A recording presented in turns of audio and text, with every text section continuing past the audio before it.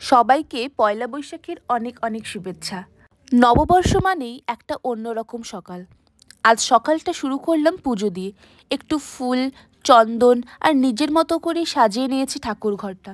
এইসব ছোট ছোট জিনিসই না যেন মনটা ভালো করে দেয়।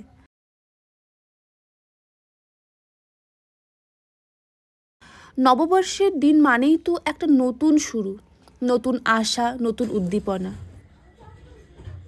এরপর ধীরে ধীরে প্রদীপটাও জ্বালিয়ে দিলাম। চারপাশে যেন একটা অন্যরকম পবিত্রতা ছড়িয়ে পড়ল।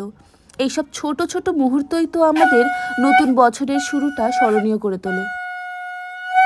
এরপর পুজো শেষে একটু একটু করে প্রসাদ বিতরণ করলাম বাড়ির সবার জন্য, যেন এই শুভ দিনে সবার মুখে হাসি থাকে।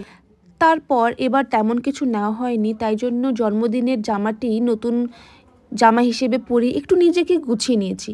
খুব হেভি সাজ না, হালকা করে চুলে একটু সিরাম লাগিয়ে নিলাম এবং একদম ঘরের পরিবেশে যেমন থাকা চায় তেমনই একটু রেডি হয়ে নিলাম। চলো এবার দেখা যাক আজকের স্পেশাল দিনটির মতন আজকের মেনুতে স্পেশাল কি কি আছে। আজকে হয়েছিল আমার প্রিয় মাটনের সাথে অনেক কিছু। এই ছিল আজকে আমার দিনটি। তোমাদের কেমন কাটলো জানিও, আর পছন্দ হলে ফলো করতে ভুলো না।